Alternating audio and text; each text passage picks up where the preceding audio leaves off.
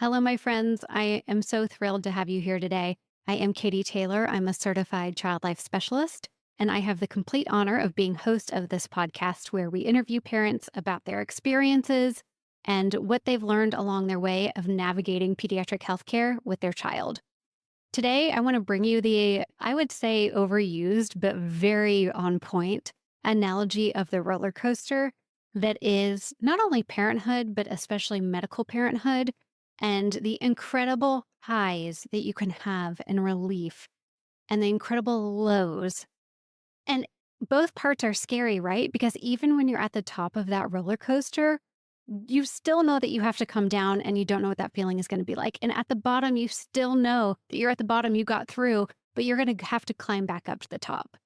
And our guest today, Nikki, literally had that experience in her first 2 hours of motherhood. And she'll talk about it in detail. But basically, she got told that her daughter may have a diagnosis, then said, oh, no, don't worry about it. Then said, oh, she might have the diagnosis. And then, oh, definitely she has the diagnosis, all within like the first 2 hours to 8 days of entering motherhood. And this is a life changing diagnosis of CF. She's a teacher and she mentions that throughout the podcast episode. But I think what you'll notice is she's just so great at explaining what it was like in those early days. Her daughter is now 2 years old.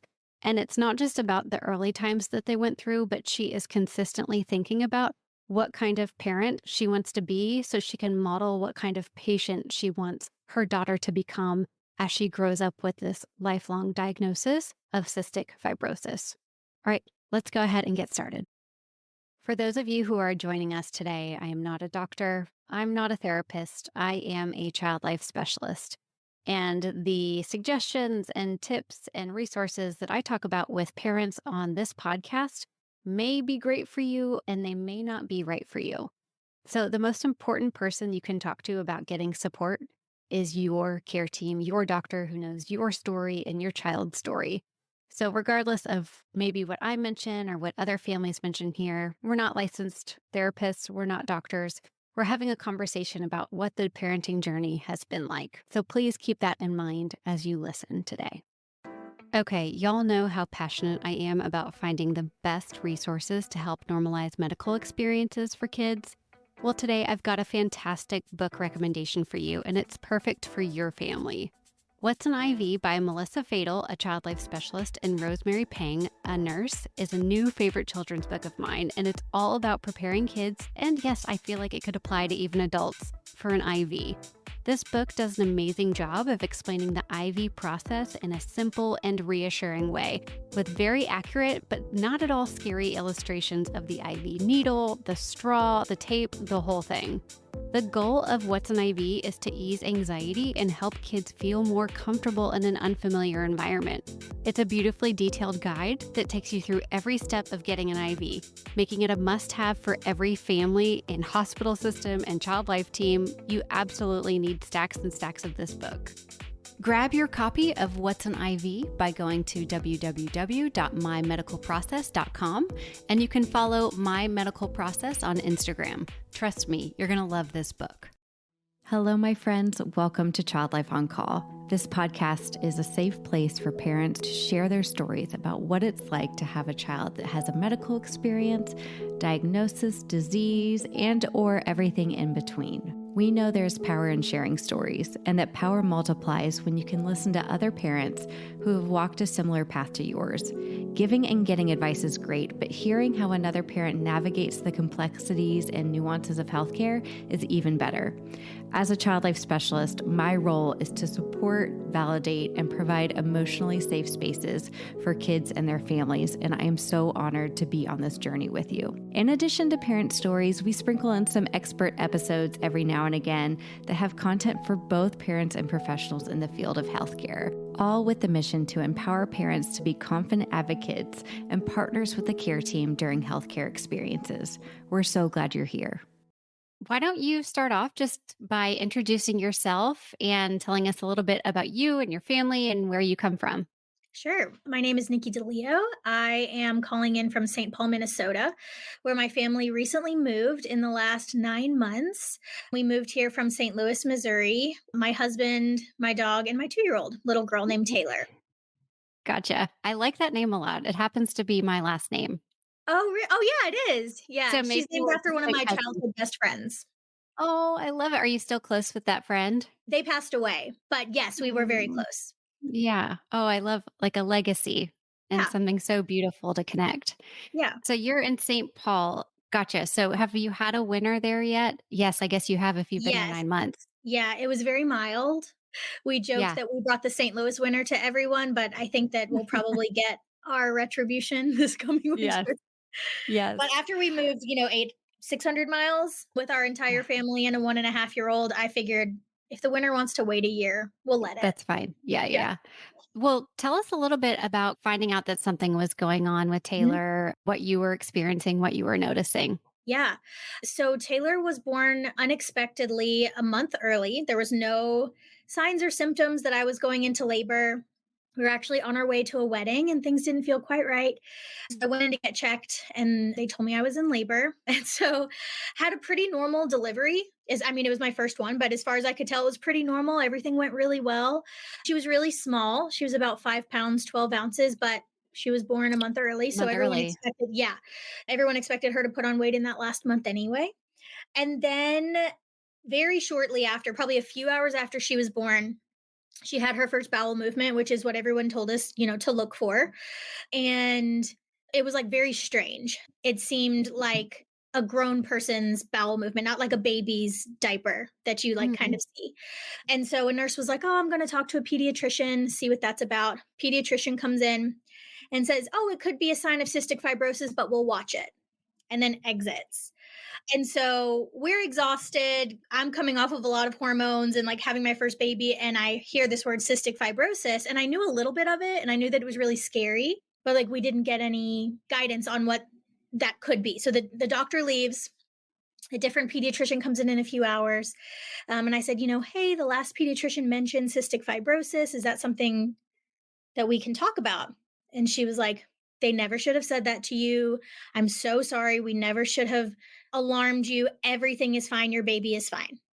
So then we go through the normal, your baby's early, she's underweight, you have to feed her every 2 hours. And we noticed with every diaper, she was continuously using the restroom and having a bowel movement. And it was just like a constant stream. She was losing weight. No one seemed alarmed by it. We just kept Yeah. going, feeding her every 2 hours. We were exhausted. Yeah. And then my mom flew up a few days after she was born, was giving us some much needed help. And then on day 8, we got a call on her life day 8. We got a call from our pediatrician that said her newborn screening came back and it was abnormal, that we needed to call the cystic fibrosis center to see if she had cystic fibrosis. So I was like, what does this mean? Is this life or death? Like, what is going on? We were assured that she didn't have this. Yeah. And she said, we don't know that she has it. Just call the Cystic Fibrosis Center and they will talk you through everything.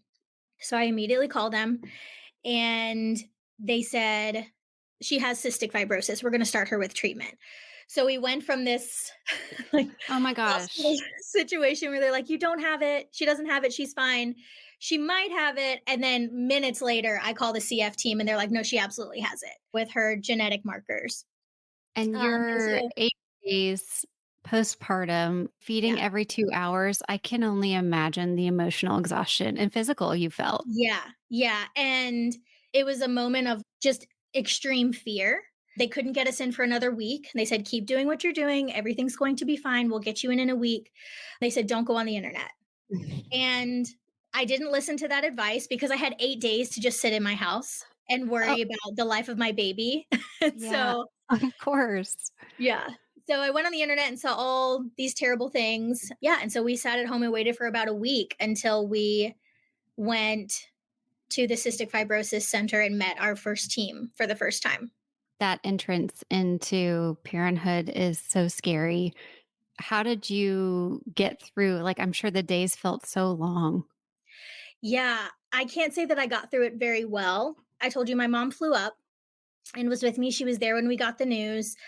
And then because my daughter came a month early, my husband had a trip planned. Normally we would have canceled that, but we weren't ready to tell everyone. And had we told Yeah. everyone, it just would have been a whole thing explaining why he couldn't be there. We didn't even know what was happening to us.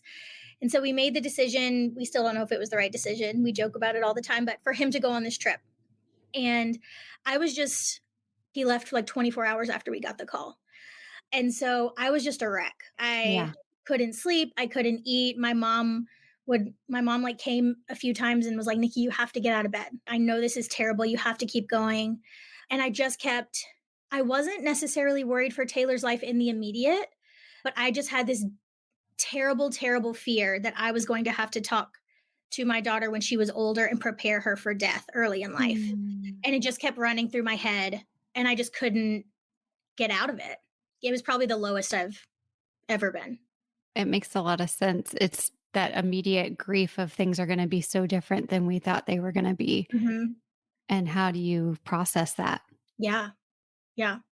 So, when you finally got to meet with a care team, they Mhm, gave you a definite diagnosis. What did mhm. it feel like, or what was that appointment like? And what did it feel like after that?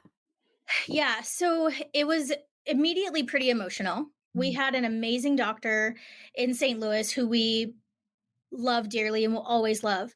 She came in and she sat down and she was like, I want you to know your daughter is going to live a long and beautiful life. And we have no reason to believe that she's not going to outlive you. And all the things you see on the internet are not true, or they're not true right now for Taylor's situation. But we talked to her. We asked, like, is she going to die? Do we have to think about paying her medical bills or paying our mortgage? What does this look like for future children? We sat there with her for probably 4 hours, in and out of tears, just asking a bunch of questions like, what could we have done? Yeah. So when we left there, we found that Taylor actually is in the 2% of the CF population that's allowing her to have a very specific type of medication. And so she was allowed to get on that medication at 4 months old. Whereas other kids at that time, which is crazy because it was only 2 years ago, but at that time, other kids had to wait till they were 6 years old. And so once we found that out, that we felt incredibly unlucky and really lucky that, like, of this terrible thing, Mm. for some reason, out of the 1,700 gene mutations, she was in the 2% that allowed her to have this medicine. And so we walked away feeling like our daughter is going to be okay. A lot of our fears are put to the side, they're not gone. And we're so, so fortunate to be in this situation because there are other parents who walked out of that appointment with their CF team with the same fears that we walked into. And that's why we pretty immediately started thinking about how we were going to support the CF community once we got Taylor to a good place. Oh my gosh, you're amazing. That brings tears to my eyes because it's because of moms like you who, and we've had other moms on the podcast like this. I'm trying to think of Kate Klansky, and her daughter had infantile spasms Mm, and was also kind of put in this group that was it worked with medication, and that's not yep, always the case. And yep. now she feels almost a responsibility to help carry those who don't get access to Yeah. that type of support. We just feel so fortunate. The more we learned about cystic fibrosis and the Cystic Fibrosis Foundation, it was started by parents. And if you want some light, like 600-page reading, there's a book called Breath from Salt, and it is about the history of the CF community. And as we learned more about that, I just felt so, maybe convicted is the word, to keep Mm, moving forward for other families and with CF, because my baby is going to live while other people were advocating knowing that theirs wouldn't. And mm, that takes an immense strength to stand up and ask for people to keep pushing forward when you know that your child is not going to make it. And I'm the yeah. one who doesn't live with fear anymore because of those Mm, people. And mm, so my husband and I decided very early on, like, if those people can do it, we can do it for the other yeah. families that shouldn't have to have the strength to keep pushing. Mm. So the medication that you guys ended up giving her, what was it like for you to give that to her? Did she have any side effects, Mm, or even how it, because you're not out of the woods, right? right. You have to think about this every single day in every Yep, single scenario, every time you sign her up for a camp or yep. daycare or whatever it looks like. And what has that been like? Yeah, so initially it was the prior authorization was really tough We had to do a lot of different things to get our insurance to cover it. This medicine costs around $330,000 a year. And so we had which is around $25,000 a month. And we had a very real moment of like, how are we going to afford to keep our baby alive? Luckily, there are a lot of programs that can help us. But because of all of that, she was approved at around 4 months. We didn't get the medicine until about 6 months. She pretty immediately, she did okay and started immediately taking it. Before that medicine, she was put on something called pancreatic enzymes, and we got that at our first CF appointment. And that stopped her bowel movements and it allowed her to start putting on weight. Because essentially, what happens with a lot of CF babies is that happens to their pancreas in the womb, and they come out unable to absorb their fats and proteins. So once she was on the enzymes, she was able to absorb those and started putting on weight. So that helped us until we got to the medicine at 6 months old, and then we were doing both. She didn't really have any side effects. The biggest thing that was so difficult was getting the prior authorization and figuring out the payments and the shipments, talking to pharmacists all the time because the medicine had only been approved for her age a few months before she was born. And Got it. so they've been monitoring her pretty closely. It's And almost like real-time medicine, like, they're trying to figure out how mhm, to give a baby this age the medicine as you're trying to get it, and so there's probably a lot of waiting too and mhm, having to be patient and continue to yeah. advocate and follow up. Yeah, and so this medicine is one of there are a few out there like this, but there's one that's called Trikafta. She's not on that, but it's very similar to that, and it has been impacting a lot of students like I'm a teacher, children's Okay. moods and their personalities, and so that was something we looked at, but it's kind of hard to know what your Yeah. 4 to 6 month old's personality is and if the medicine is changing that. But just looking for those sorts of things, looking for her energy, seeing how she's doing. We did a lot of blood work to check her liver levels.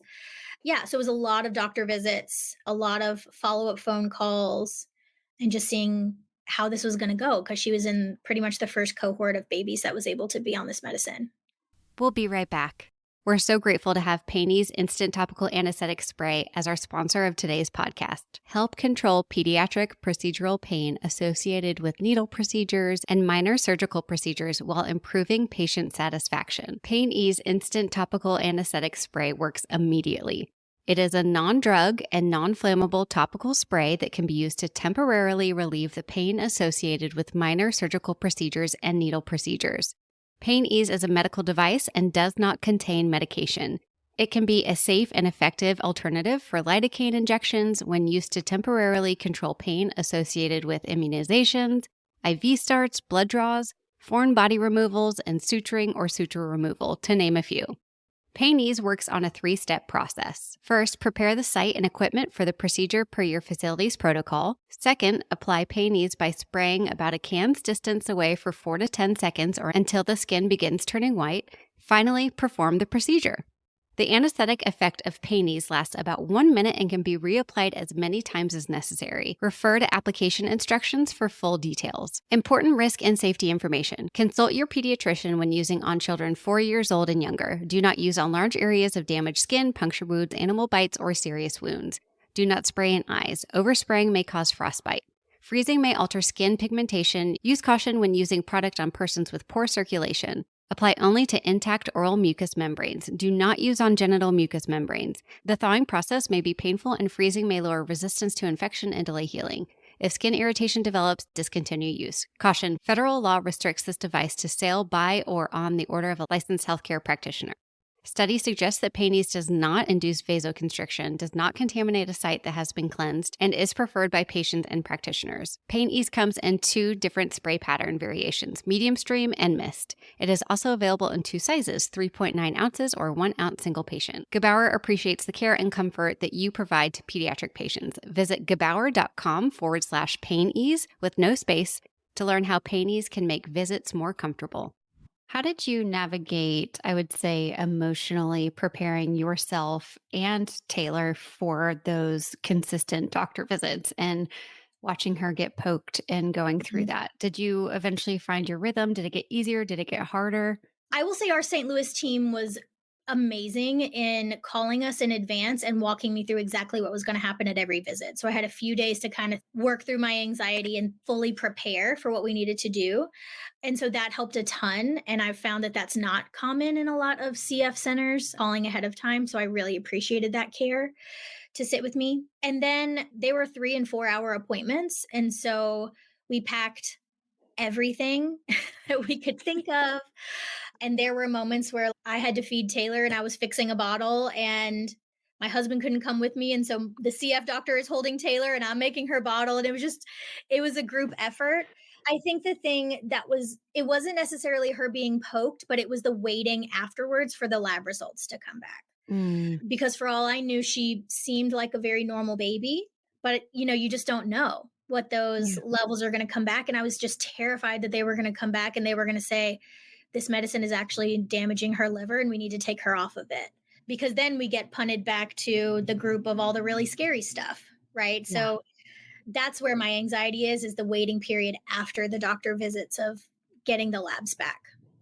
Are you consistently having to do that now still?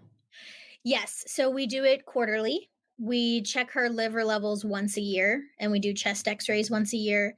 And then we check her vision because the medicine has been known to impact vision. So we've done those big labs a few times now. And then we go back quarterly to check her weight and any bacteria growing in and around her lungs.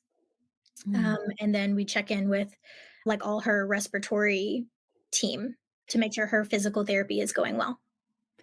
You're reminding me of this phenomenon that's when parents become medical parents, they become such an expert at their child's diagnosis. Mhm. And do you have a medical background? I know you said you were a teacher. I do not. But when we met our new CF team here, I've kind of thrown myself really into the deep end of knowing what is going into Taylor's body and what is impacting her and how her cells are working and responding.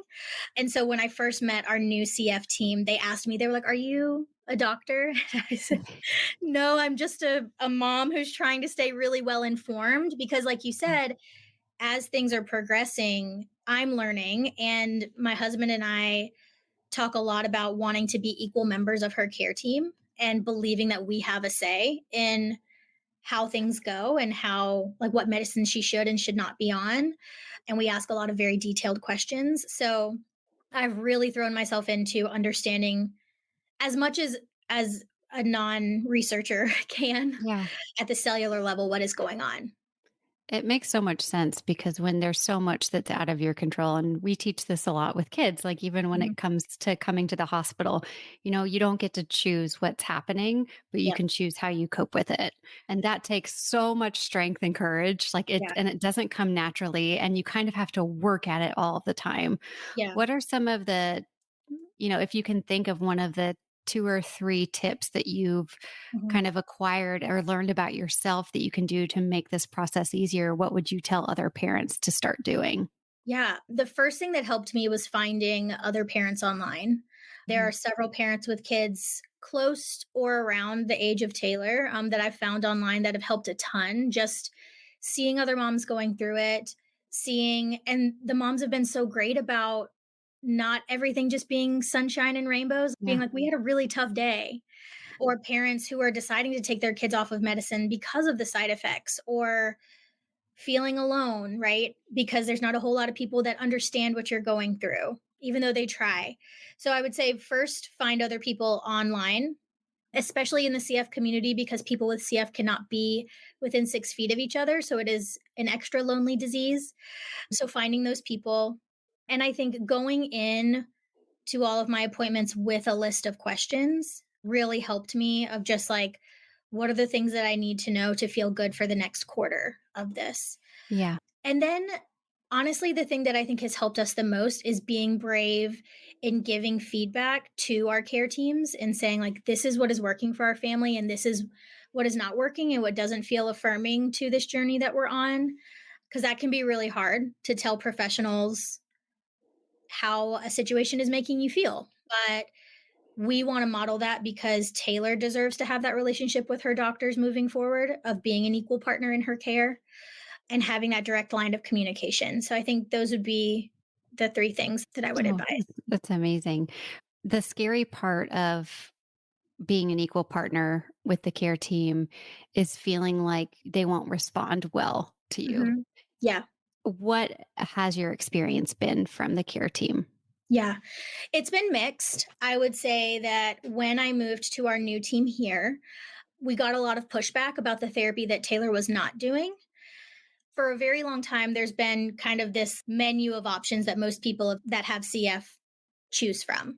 A lot of those things Taylor was not on because our team in St. Louis felt like clinically she didn't need to be because she was on this other medicine and she hadn't Mhm. shown any signs or symptoms of needing these things.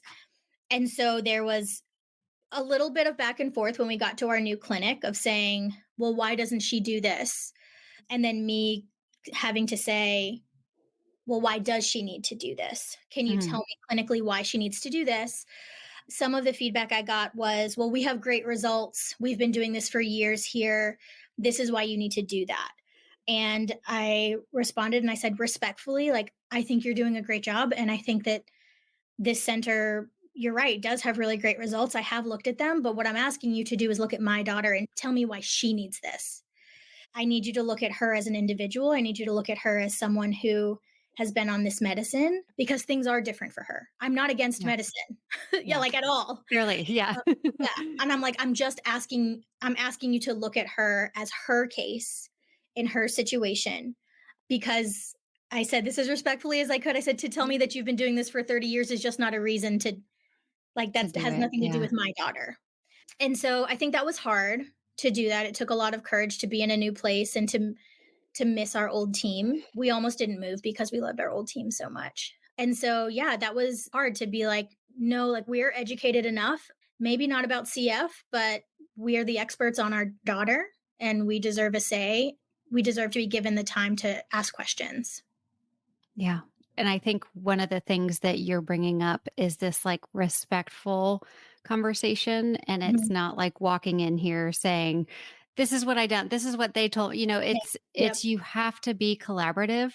Yep. And then I don't know what care team can't respond to you and say, look, actually, that's pretty fair request. And Yeah. you're Yeah. asking in such a professional, respectful way. It's not the case, all the time. And Yep. it's because emotions get high, Mhm. right? And you're a person with a daughter who's sick. And so Yeah. it's okay if that gets messed up sometimes and you get Yep. more emotional that you need to, but it's a relationship and you can come back and say, maybe I shouldn't have said it that way, but it is Yeah. practice having those conversations. Yeah. And I think that it's one of those things where we've had enough privilege in our life to not have to look for different doctors, but we have had the conversation, amongst our family of like, if at any point we feel like that feedback is not received or her care and individualized plan is not the center of this team, then we'll look for a different team. And that's really hard, right? But So like, hard. to find, like, you don't have to stay with a care team if you don't feel like you're an equal member and that your voice and your concerns matter. Luckily, we've Yeah. not had to do that, but at the end of the day, Taylor's care is the most important thing. And Mm. so if we have to have some hard grown up conversations and find a new team, then we'll do that.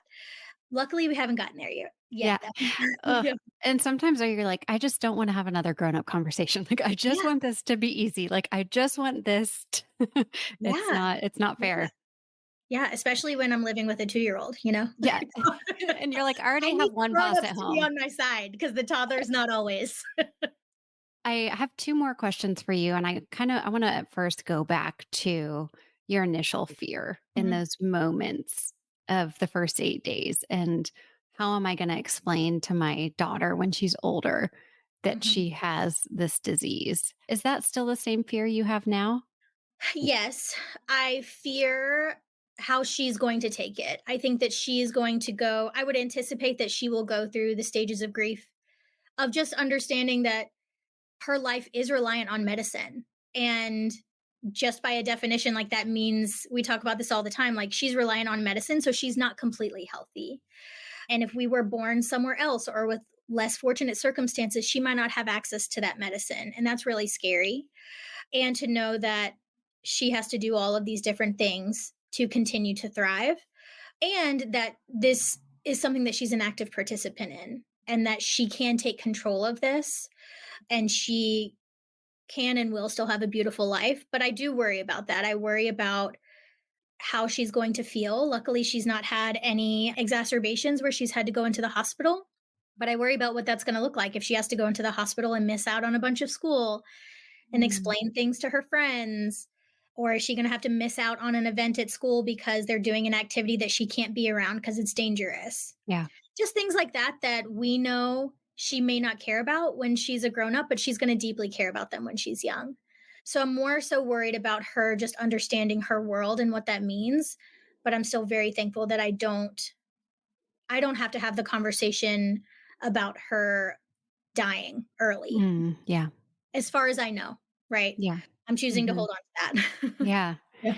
And it's interesting. You can kind of go back to like when those specific fears come up, what you did in the beginning, and that's find other parents who have been through Mhm. it, rely on being an advocate for her. I feel like you're just such an awesome mom.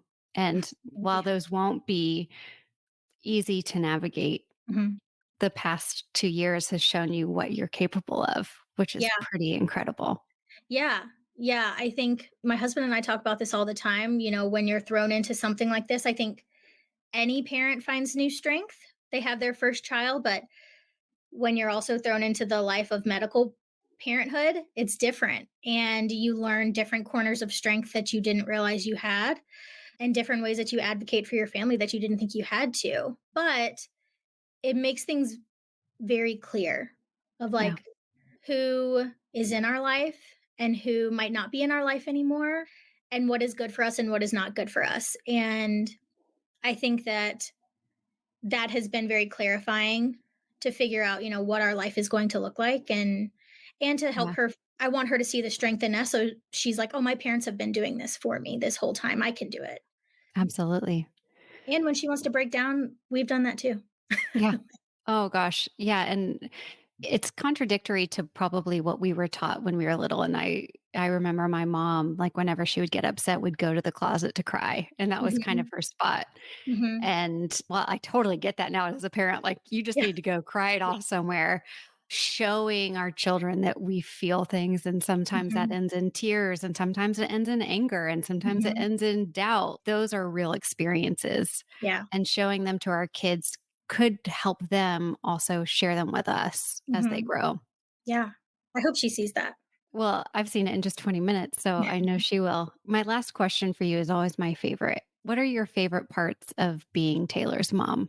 She's just the funniest, most headstrong little girl.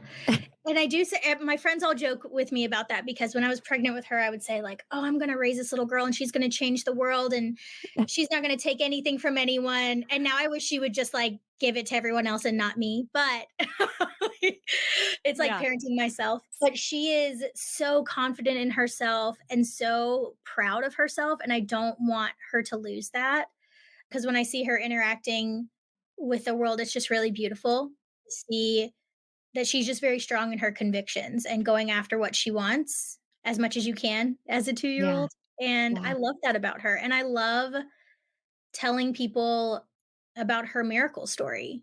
We didn't get to this, but the coolest thing that has happened in her story is a year after she started her like super fancy medicine, they tested her stomach enzymes, her pancreatic enzymes, and they realized that it reversed the damage in her pancreas. And so we went from 40 pills a day to 2, and she can now like absorb all her fats and proteins all by herself, and she's growing by herself.